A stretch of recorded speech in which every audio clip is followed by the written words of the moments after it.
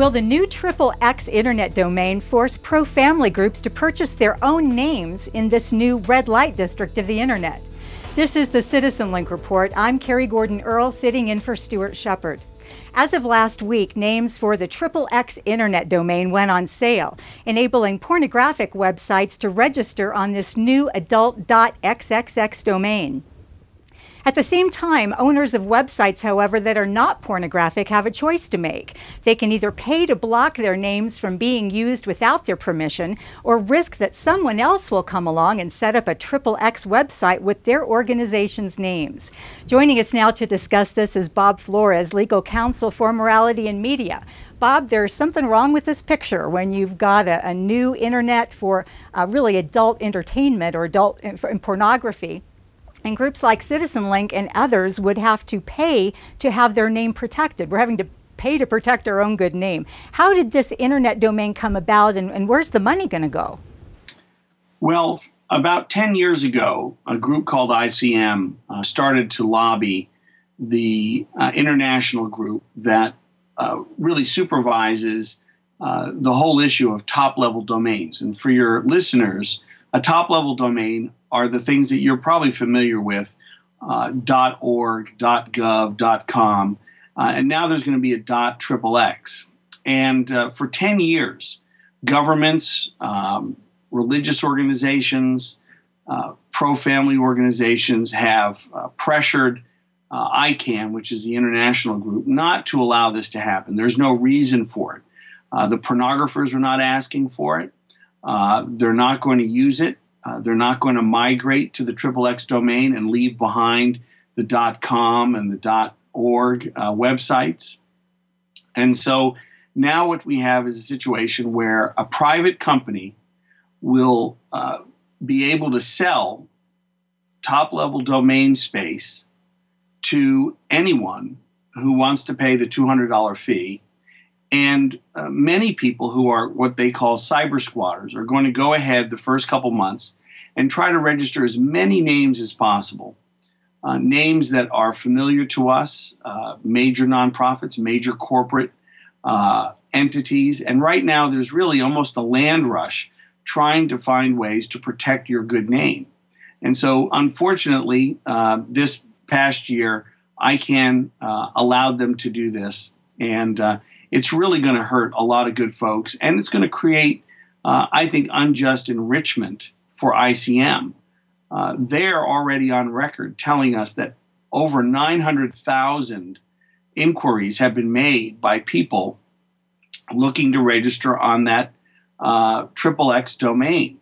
If only half of them are people who are not running pornographic websites, and they're going to pay approximately $200 per registration, you're talking about $900,000 right off the top. So you're really infusing a huge amount of capital into a company whose sole purpose is to advance pornographic material. Now, who needs to be concerned about that? I would think high-profile nonprofits, as you've mentioned. But how about local churches? Is this something they need to be concerned about? Well, some local churches are fellowships which have, unusual names. It's not just First Baptist Church or First Presbyterian Church. They have fellowship names. They quote Scripture. They may have a name that's really focused on their ministry. If that's a very catchy name, if that's a name which tends to stick with people, they're probably going to run a risk that someone else might seize on that name, even if they're not personally aware that there already is such a name and such an organization in the United States or some other part of the globe. So now we have a situation where you may very well have a men's fellowship or a ministry devoted to girls that now will have to protect itself because they don't want to find their catchy name that uses the word, that includes the word girl or man or boy, used in some terribly offensive way. And that's going to, again, require that people spend money to do something which is completely unnecessary. As we look at this, you would think there needs to be some remedy. What is your group and others? What are you looking at as far as a way to prevent this from taking off and happening? Well, right now, ICM is going to allow people who own trademarks to protect them if they pay a fee. But for most folks, they don't go through the step of hiring a trademark attorney and getting a trademark for their name. They may be a very well-known celebrity. They may be a well-known minister. They don't trademark those names. It's difficult to do in some cases, and in other cases, it's just expensive, not something that we've had to do before. Well, now what will happen is that those trademarks, even if they are valid, they may find themselves in a situation where a cyber squatter also owns that same name in the XXX domain. We think that's just totally inappropriate. And so what we would hope is that Congress would amend the intellectual property laws of the United States to require anyone who is going to be setting up a top-level domain to take the step of verifying that there isn't someone with a domain in another top level already in existence. So if you are the First Baptist Church of Smithville and you have a website already, then that website cannot be duplicated with a .xxx.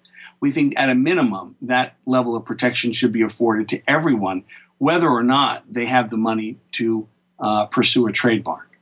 Very good. Thank you, Bob. And hopefully Congress and others will listen to this and pay attention. Thank you so much for joining us and for informing our viewers as to the situation that is developing. Thank you, Bob Flores with Morality in Media. And thank you for joining us. Thank you for the words of encouragement and praise and even criticism that you can send us when you contact us by email at mail@citizenlink.com. That's mail@citizenlink.com. Thanks again for joining us, and remember, stand tall and be heard.